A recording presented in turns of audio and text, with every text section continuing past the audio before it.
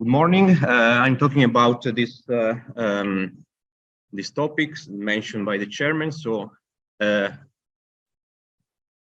frame of this research is the aeronautic field, where, as you know, we have a combination of multiple materials, in particular metal parts for structural components, especially aluminum alloys components, and composites for especially for the shaping of profile or for other minor structural components.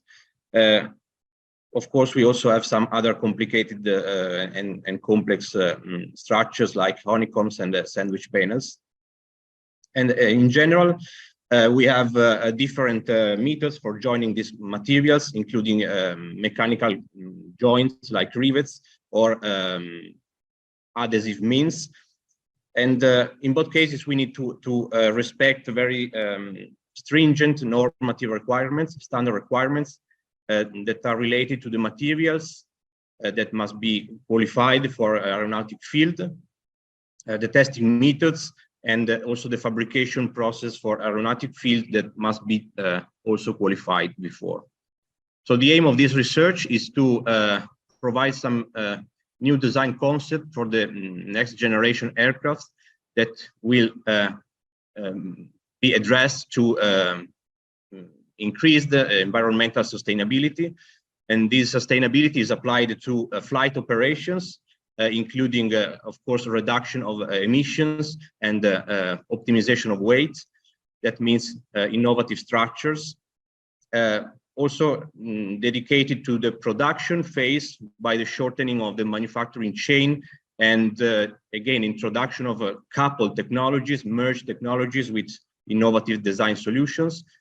And of course, new materials, including recycling and regeneration of materials and secondary raw materials. So the typical structure of a primary flight control structure, for example, is like this one, where you have we have metal components like ribs, spares, stringers, and so on, and other composite parts like the external skin and other minor elements.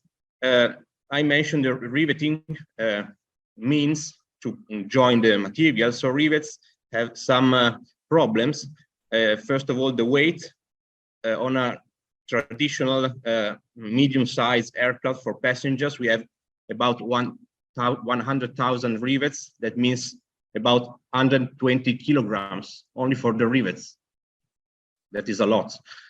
Then also we have holes in the skin that reduces the structural integrity of the composite. A long manufacturing time to produce and join this skin, about 15-20 manufacturing steps are needed. And also the use of chemical paints and other treatments that have high disposal issues and impact on the environment. So what we are trying to do is to find a new way to build aerostructures for the new generation of aircraft. And so we started this research and innovation project a couple of months ago that is called MIMOSA, multi-material airframes based on 3D joints between additive manufacturing metals and carbon fiber composites. That starts from a couple of patents we deposited at Politecnico di Torino in 2019 and 2020. After that, we built a consortium of industrial partners to find a way to provide innovative solutions regarding these new requirements. So we are the coordinators of the project. We have Leonardo as a market driver and end user of the structures, who've sued that works about the regulation of the standards requirements and a number of other technological units providing the different steps of the production. What we want to explore is the possibility to join the two materials without rivets, without adhesives, by using the co-curing method of metal inserts inside the composite.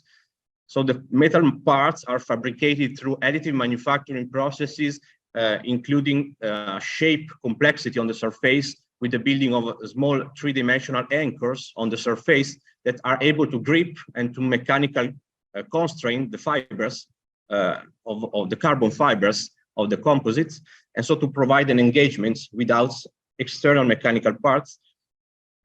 Of course, we need a lot of intermediate complicated steps like surface coating of the metal to prevent galvanic corrosion, to improve the wettability with the composite, and many other steps.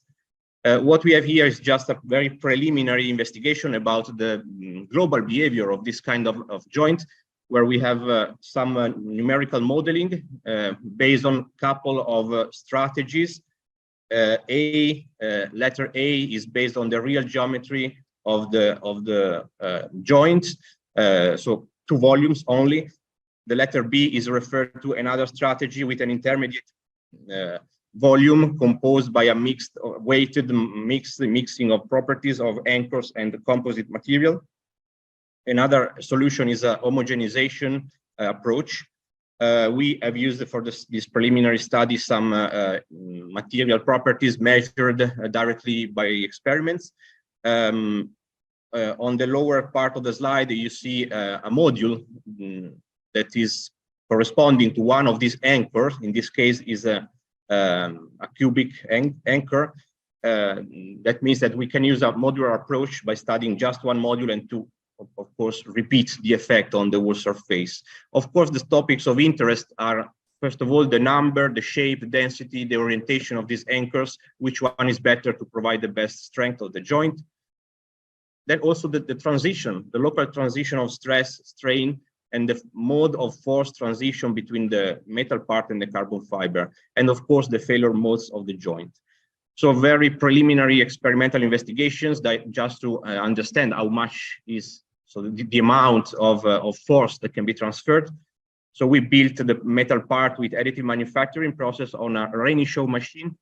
Here I have listed the printing parameters, and we built the joint by laminating the composite in the laboratory in an ambient condition with 24 hours of polymerization time. And we performed some static tests just to compare the effectiveness of these models.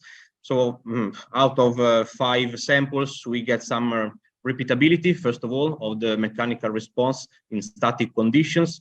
We get pretty high values of the load transferred, so it's good.